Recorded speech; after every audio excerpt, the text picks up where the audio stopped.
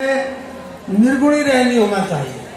जो जैसा भी समय मिला, जैसे भी हम बैठे हैं, खड़े हैं, हमको कोई जहां आए हैं तो स्थान मिला नहीं मिला, जैसा भी है ठीक है, ऐसा भाव में रहवे निर्गुण हो के आहार भी निर्गुण। हमारा जो आहार है वो भी निर्गुणी होना चाहिए। जो मिल गया ठीक है, जो नहीं मिला तो भी ठीक है, और जो मिल गया उसमें मान लीजिए बेस्वाद है, वो आपको अच्छा नहीं लग रहा है, फिर भी आपको लेना है। ऐसा भाव लेकर के साफ दिल सुहागिन, जो वास्तव में सुहागिन है, अगर आप धनी के सुहागिन हैं तो आपको ऐसा ही भाव लेके चलना पड़ेगा। हमेशा आपका मन जैसा अंदर है वैसा ही बाहर हो, तभी हमारी रहनी सही है। कबहू ना दुखावे किन, हमारे द्वारा कभी भी किसी को तकलीफ ना हो। अगर ऐसा भाव हमारे अंदर आता है तो हम निश्चित रूप से सुहागिन हैं। दूसरा आपको चर्चा कर लें, थोड़ी सी यात्रा करवाते हैं, परमधाम तक की यात्रा करवाते हैं, थोड़ा सा कोशिश करेंगे। वैसे तो माहौल उस तरह का नहीं है, लेकिन फिर भी मैं यात्रा करवा रहा हूं आपको। आप देखिए हम जहां हैं, यहाँ पर यह मृत्यु लोक है, कर्म भूमि इसको कहा गया, जम्बू द्वीप इसको भूलोक कहा गया है। हम ये भूलोक में बैठे हैं। हमारे जो शास्त्र हैं, हमारे सनातनी शास्त्र सब बताते हैं इसके नीचे 7 लोक हैं, अतल वितल सुतल तलातल रसातल महातल पाताल, और इसके ऊपर 6 लोक हैं। ये जो भूलोक है इसके ऊपर भुवर लोक, जहाँ पितृगण निवास करते हैं। भुवर लोक के आगे स्वर्ग लोक है। आप देखिए दुनिया के लोग स्वर्ग की बात करते हैं, हमारे स्वर्गवासी पिता तो स्वर्गवासी लिखेंगे साथ में। स्वर्ग कहाँ है मैं वो बता रहा हूं आपको, और परमधाम कहाँ है वो बता रहा हूं आपको। तो यहां से भूलोक से आगे बढ़ेंगे भुवर लोक, जो पितृगण जहां रहते हैं, उसके आगे स्वर्ग लोक, स्वर्ग लोक के आगे महल लोक, महल लोक में धर्मराज की राजधानी है, जहां से हमारा न्याय होता है। महल लोक के आगे है जनलोक, जनलोक के आगे है तपलोक, तपलोक से भी ऊपर है सत्यलोक, जहां ब्रह्मा विष्णु महेश की राजधानी है। और इसके ऊपर 8 आवरण है, 8 आवरण चढ़े हुए हैं ब्रह्मांड के ऊपर। इस तरह से ब्रह्मांड जो बनता है उसके ऊपर गायत्री का स्थान है, फिर ज्योति स्वरूप का स्थान है। कल आपने देखा सब धर्मशास्त्र के लोग आए थे, अलग अलग धर्मों को मानने वाले, जो प्रजापिता ब्रह्मा कुमारी वो ज्योति स्वरूप को मानती हैं।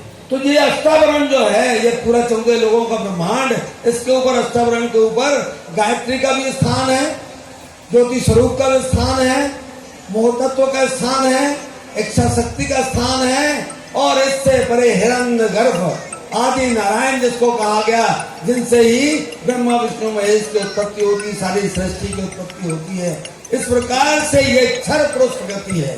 क्षर के माने ही होता है क्षरण, जिनका होता है क्षरण होना माने समाप्त होना होता है, मिटते जाते हैं, मिटने वाला। तो इस तरह से गीता में कहा है क्षरय सर्वाणि भूतानि कुठस्थ अक्षर उच्यते उत्तम पुरुष तो अन्य परमात्मा इति द्राता। क्या मतलब हुआ? क्षर जो क्षर पुरुष प्रगति है वो मिटने वाली है। क्षरय सर्वाणि भूतानि, सर्वभूत को प्राप्त होने वाली है, मिट जाने वाली है। कुठस्थ अक्षर उच्यते, अक्षर पुरुष प्रकृति जो है वो कुठस्थ है, अविनाशी है। जिसके लिए हमारी वाणी में कहा कोटि ब्रह्मांड नजरों में आवे, क्षण में देख के पल न उड़ावे। ऐसा अक्षर ब्रह्म की लीला है। करोड़ों ब्रह्मांड उनकी नजरों में आते हैं और उनकी दूसरी नजर फिरते ही वो ब्रह्मांड नष्ट हो जाते हैं। इस तरह से करोड़ों ब्रह्मांडों की कल्पना हमारे शास्त्रों ने भी की है। तो अब यहाँ से जो आदि नारायण है, यहाँ से 7 शून्य, इसके ऊपर अक्षर ब्रह्म के 4 अंतःकरण हैं। अव्याकृत ब्रह्म, सबलिक ब्रह्म, केवल ब्रह्म और अक्षर का सत्स्वरूप है। इस तरह से इनको भी लांग करके हम जब यात्रा करते हैं, परमधाम की यात्रा हमारी हो रही है। तो परमधाम की यात्रा के लिए हम जा रहे हैं, तो पहले हमने क्षर के आगे बढ़े, फिर अक्षर को पार किया, और अक्षर को पार करके इसलिए वाणी में हमारे धनी कहते हैं हद पार बेहद है, और बेहद पार अक्षर, अक्षर पार वतन है जागिए न घर। वहां पे हमको जागृत होना है, अक्षर के पार हमारा घर है, तो हमें अपने घर पहुंचना है। घर पहुंचना है वो है परम धाम, जिसके बारे में कहा गया 25 पक्ष, 25 पक्षों में विभक्त है वो। धाम तालाब कुंज वन जो है, माणिक नहरें बन की सो है, पश्चिम चौगान बड़ा बन कहिए, पुखरा जी जमुना जी लइए, आठों सागर आठ भूमि के, ये 25 पक्ष धाम धनी के। तो इस तरह से 25 पक्षों में वो परम धाम हमारा विभक्त है। तो वो 25 पक्ष जब हम जाते हैं, आगे और बढ़ते हैं, अक्षर से आगे बढ़ते हैं, तो क्या मिलता है हमको? बड़ी रांग मिलती है, बड़ी रांग। उसको 80 दीवार भी कहा गया। 80 हवेलियां हैं। 80 हवेलियां कैसी हैं? 32 हवेलियां हैं। यहां से जाने पे 32 दरवाजे आपको मिलेंगे, प्रवेश द्वार। परमधाम में प्रवेश करना है, 32 दरवाजे हैं, 32 महाहवेलियां हैं, 12-12 हजार मंजिल की, आकाश को छूती हुई ऐसी 32 पहल में बना हुआ पूरा परमधाम। और वो 32 हवेलियां हैं, 32 उनके दरवाजे हैं। अंदर प्रवेश करते हैं तो 8 सागर 8 जिमी, नूर नीर खीर दधी घृत मधु रस सर्वरस, ऐसे ये 8 सागर जो है हैं, और ऐसे ही 8 जिमी हैं। तो इस तरह से ये देखिए 32 हवेली आगे हैं और 32 हवेली अंदर हैं, बीच में ये 8 सागर और 8 जिमी हैं। तो इस तरह से ये 80 दीवार को कहा गया, 80 हवेलियां हो गई। 32 आगे, 32 पीछे और 16 बीच में।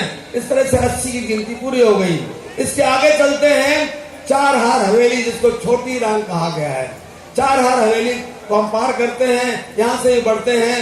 अब क्योंकि समय ज्यादा नहीं है, शॉर्ट में आपसे बात कर रहा हूं। इसके आगे जब बढ़ते हैं तो वन के महल, वन की नहरें जिनको कहा गया है, वनों के महल हैं, वहां वनों की नहरें हैं। एक ही चबूतरे के ऊपर एक नीलगिरी का